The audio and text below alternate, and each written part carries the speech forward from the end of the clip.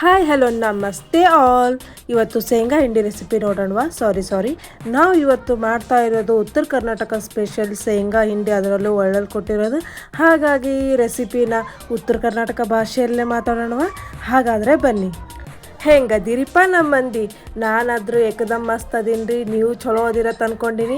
ನಮ್ಮ ಕಡೆಗೆ ಶೇಂಗಾ ಹಿಂಡಿ ಒಂದಿದ್ರೆ ಮುಗೀತು ನೋಡ್ರಿ. ರೊಟ್ಟಿ ಅನ್ನ ಎಲ್ಲದಕ್ಕೂ ಮೊಸರು ಇಟ್ಟಿತ್ತಂದ್ರೆ, ಏನೇ ಇರಲಿ ಶೇಂಗಾ ಹಿಂಡಿ ಒಂದಿತ್ತಂದ್ರೆ ಮುಗೀತು. ಯಾವುದು ಪಲ್ಯಕ್ಕೆ ಜಾಸ್ತಿ ನೆನೆಸೋದಿಲ್ಲ. ಪಲ್ಯ ಸಪ್ಪಗಾದರೂ ಖಾರ ಆದರೂ ಶೇಂಗಾ ಹಿಂಡಿ ನಮ್ಗೆ ಊಟದಾಗ ಬಾಜು ಇದ್ರನ ಊಟ ತೃಪ್ತಿ ಆಗೋದು. ನಾನಂತರೂ ಈ ಹಿಂಡಿನ 40 ನಿಮಿಷ ಕೊಟ್ಟಿದ್ದೇನೆ. ನಮ್ಮ ಸೋದರತೆ ಹೇಳ್ತಾ ಇದ್ಲು, ನಾವು ವಾರದಾಗ ಒಂದು ಸಾರಿ 4 ಸೇರು 5 ಸೇರು ಖಾರ ಕೊಡ್ತಿದ್ವಿ, ಒಂದೊಂದು ಚೀಲ ಬೀಸ್ತಿದ್ವಿ ಹಿಟ್ಟು. ಹಾಗಾಗಿ ಯಾವಾಗಲಾದರೂ ಹೀಗೆ ಕುಟ್ಟಿ ತಿನ್ನಬೇಕು, ಯಾಕಂದರೆ ಆರೋಗ್ಯಕ್ಕೂ ತುಂಬ ಒಳ್ಳೇದಲ್ವ. ಹಾಗಾಗಿ ನಾವೇನು 4 ಸೇರು ಖಾರ ಅಂತೂ ಕೊಟ್ಟೋ ಅಂತೂ ಸ್ಥಿತಿಯಲ್ಲಿಲ್ಲ. ಹಾಗೆ ಮತ್ತು ಒಂದೊಂದು ಚೀಲ ಗೋಧಿ ಜೋಳ ಬೀಸೋವಂಥದ್ದು ಇಲ್ಲ. ಯಾವಾಗಲಾದರೂ ಈ ಥರ ಹಿಂಡಿ ಒಂದೊಂದು kg ಅದು ಹಿಂಡಿ ಮಾಡ್ಕೊಂಡಿಟ್ಟಾರು 1 ತಿಂಗಳು 1.5 ತಿಂಗಳು ಬರುತ್ತಲ್ವ. ಹಾಗಾಗಿ ಆವಾಗ ಮಾಡ್ಕೊಂಡು ತಿನ್ನಬೇಕು. ಹಂಗಾದ್ರೆ ಬರ್ರಿಪ್ಪ, ಸಮಯ ಅಂತರೂ ಹಾಳು ಮಾಡೋದು ಬೇಡ. ಶೇಂಗಾ ಹಿಂಡಿ ಹೆಂಗೆ ಮಾಡ್ತಾರಂತ ನೋಡೋಣ. ನಾನು ಗ್ಯಾಸ್ನ ಹಚ್ಕೊಂಡಿನಿ, ಮೀಡಿಯಮ್ ಫ್ಲೇಮ್ನಾಗ ಹಚ್ಕೊಂಡ್ಬಿಟ್ಟು ಚೆನ್ನಾಗಿ ಹಂಚನ ಕಾಯಿಸ್ಕೊಂಡು ಆಮೇಲೆ ಶೇಂಗಾನ ಹಾಕಿದ್ದೀನಿ. ಶೇಂಗಾ ಹಾಕಿ ಸ್ವಲ್ಪ ಈ ಕೈಲೇ ಸ್ಪ್ರೆಡ್ ಮಾಡ್ಕೊಳ್ಳಿ. ಸ್ಪ್ರೆಡ್ ಮಾಡ್ಕೊಂಡ್ಮ್ಯಾಗ ಒಂದು 5 ನಿಮಿಷ ಬಿಡ್ರಿ, ತಿರುಗಬೇಡ್ರಿ. ಆಮೇಲೆ ಸಾವಕಾಶ ತಿರುವ್ರಿ. ಹೆಂಗಂದ್ರೆ ಸ್ವಲ್ಪ ಕೆಂಪಾಗಬೇಕು, ಶೇಂಗಾ ಕೆಂಪಾಗಬೇಕು. ಹೆಂಗಂದ್ರೆ ಅವು ಶೇಂಗಾದು ಮ್ಯಾಲಿನ ಸೊಪ್ಪಿ ಇರ್ತಾವಲ್ಲ, ಸ್ವಲ್ಪ ಬಿಡಿ ಆಗಬೇಕು. ಕೈಲೇ ಸ್ವಲ್ಪ ಪ್ರೆಸ್ ಮಾಡಿದ್ರೆ ಬಿಡಬೇಕು. ಆ ಥರ ಚೆನ್ನಾಗಿ ಹುರ್ಕೊಂಡ್ರೆ ಆಯಿತು.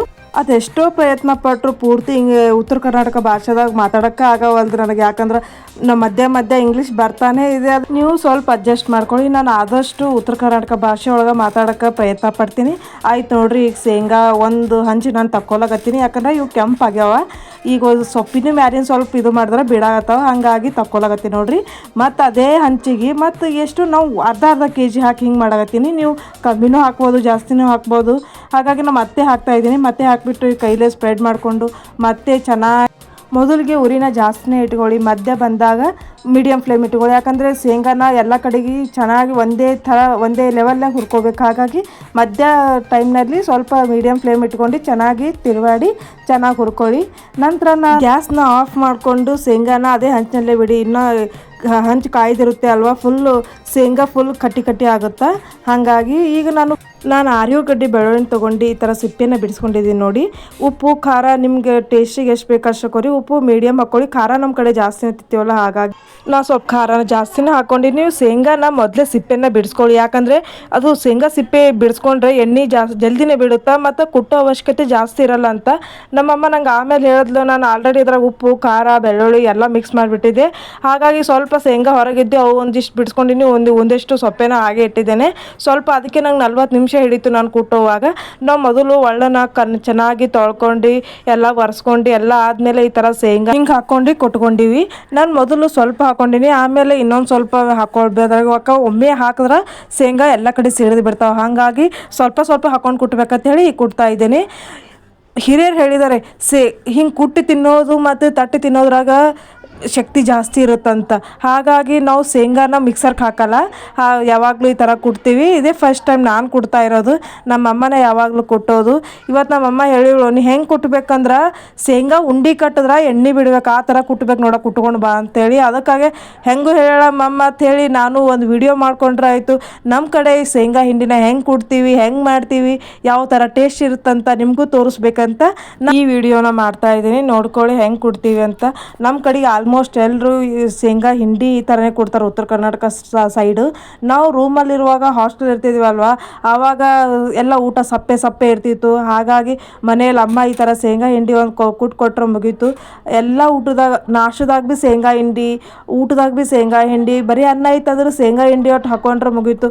ಅದು ಮನಿ ಫುಡ್ ಫೀಲ್ ಕೊಡ್ತಾಯಿತ್ತು. ಹಾಗಾಗಿ ಇವಾಗಲೂ ನಂಗೆ ಶೇಂಗಾ ಹಿಂಡಿ ಅಂದ್ರೆ ಭಾಳ ಇಷ್ಟ. ನಮ್ಮ ತಮ್ಮಂಗಂತೂ ಶೇಂಗಾ ಹಿಂಡಿ ಇರಲಿ ಅಂದ್ರೆ ಊಟನೇ ಒಲ್ಲತನ.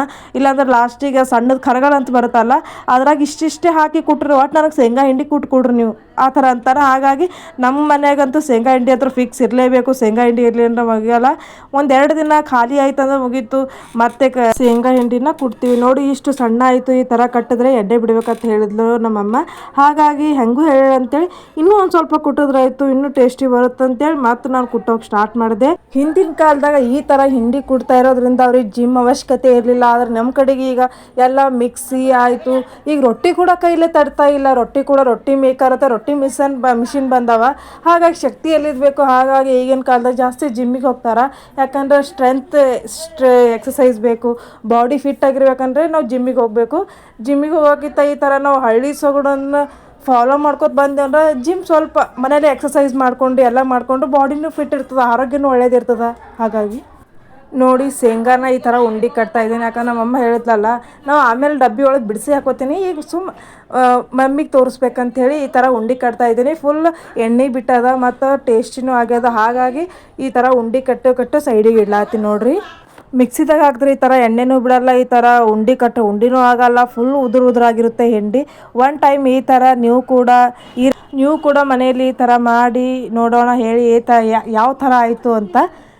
ಈ ವಿಡಿಯೋ ಇಷ್ಟ ಆದರೆ ಲೈಕ್ ಮಾಡಿ, ಶೇರ್ ಮಾಡಿ, ಕಮೆಂಟ್ ಮಾಡಿ, ಹಾಗೆ ಸಬ್ಸ್ಕ್ರೈಬ್ ಮಾಡಿ. ನಾನು ಎಷ್ಟೇ ಪ್ರಯತ್ನ ಮಾಡಿದ್ರೂ ಪೂರ್ತಿ ವಿಡಿಯೋದಲ್ಲಿ ಉತ್ತರ ಕರ್ನಾಟಕ ಭಾಷೆ ಮಾತಾಡೋಕ್ಕಾಗಲಿಲ್ಲ, ಹಾಗಾಗಿ ಕ್ಷಮಿಸ್ರಿ ಎಲ್ಲರೂ.